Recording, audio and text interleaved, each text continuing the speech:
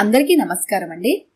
ఈరోజు మనం శివల పద్మగారు రచించిన తిరిగి వచ్చిన బాల్యం అనే ఓ చక్కటి కథను విందాం. ఇక కథలోకి వెళ్దాం.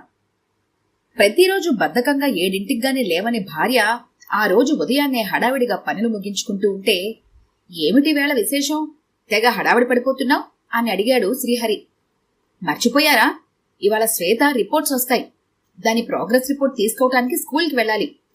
కూతురికి తలదివ్వుతూ మధ్యలో దువ్వెని తన జుట్టుముడిలో దోపి జడికి రబ్బర్ బ్యాండ్ బిగుస్తూనే సమాధానం చెప్పింది.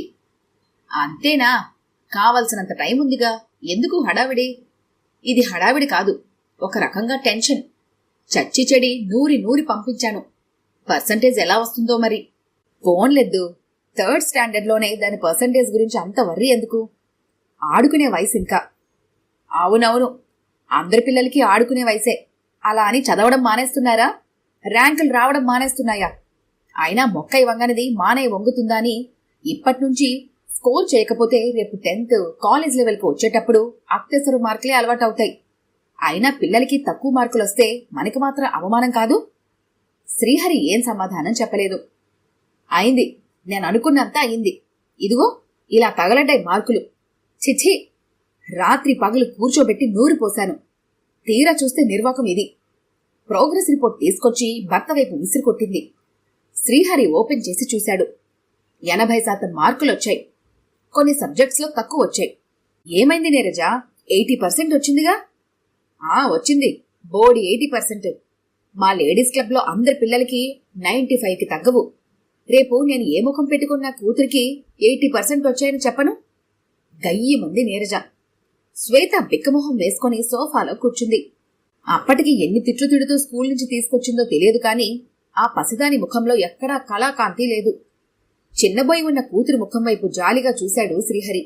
ఇప్పుడు తనేమన్నా నీరజ మరింత రెచ్చిపోయి ఆ కోపాన్ని కూతురు మీద చూపిస్తుంది. ఫలితం, ఆ పసిదాని మనసు మరింత గాయపడుతుంది. ఆ ముఖం చూడు, ఏమీ ఎరగనట్లు ఎలా పెట్టు కూర్చుందో. చిచ్చి, ఇది మార్కులా? ఎంత అసహ్యంగా ఉంది. నాకేం నచ్చలేదు Shweta. Sorry, I'm very unhappy.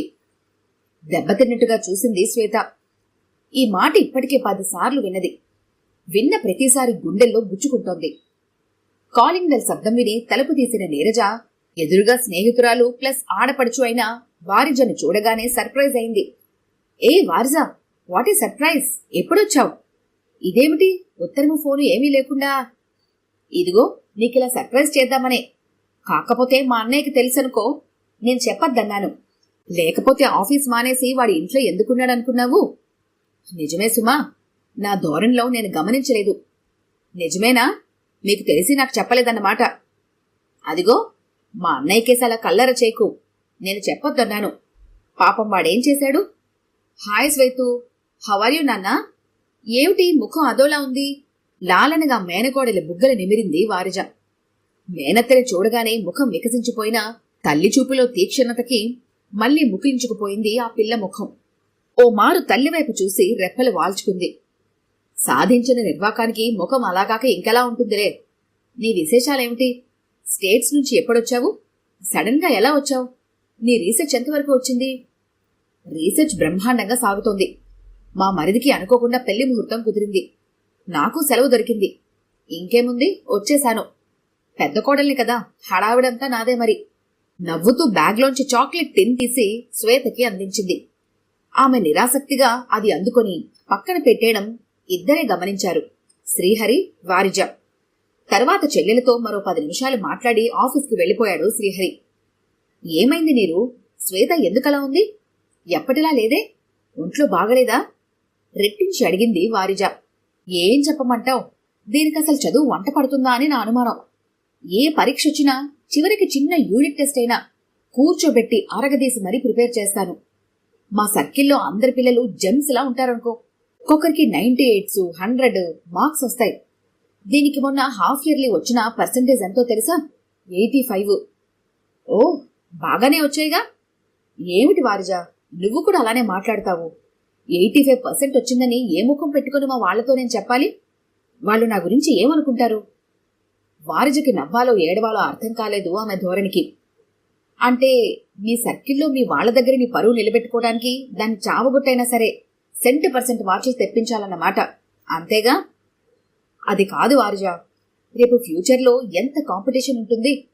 ఈ స్టేజ్లో దాన్ని ప్రిపేర్ చేయకపోతే రేపు ఏ టెస్ట్కైనా పనికొస్తుందా?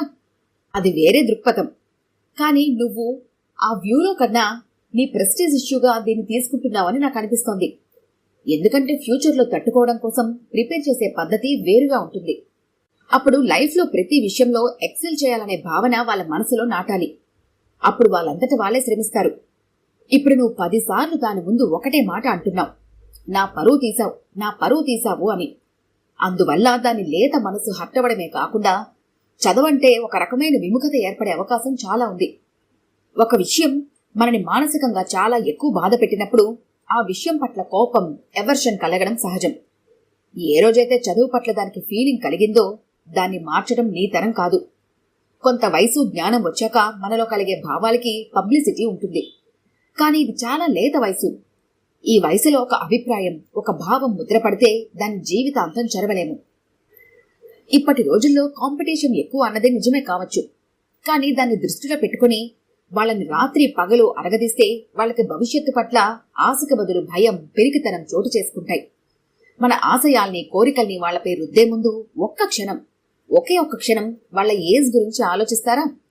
వాళ్ళ లేత మెదడు, దానికుండే కెపాసిటీ, వాళ్ళ మనస్తత్వం, వాళ్ళ కోరికలు, ఇష్టాలు, వాళ్ళ టాలెంట్ ఇవేవి దృష్టిలో పెట్టుకోరా?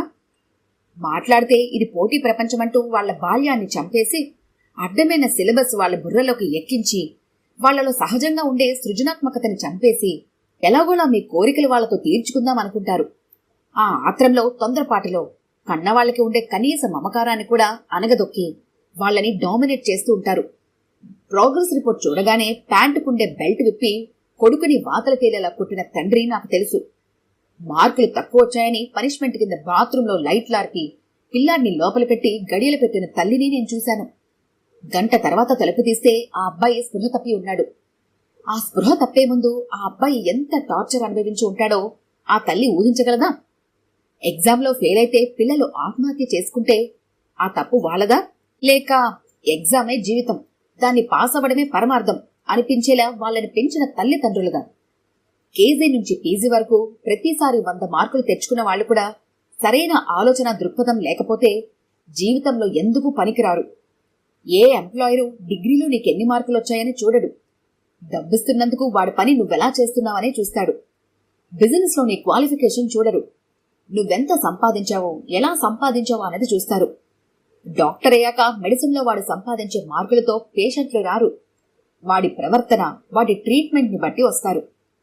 పిల్లల్లో ముఖ్యంగా పెంపొందించాల్సింది ఆత్మవిశ్వాసం, పాజిటివ్ యాటిట్యూడ్, సమస్యను ఎదుర్కోగలిగే సమయస్ఫూర్తి.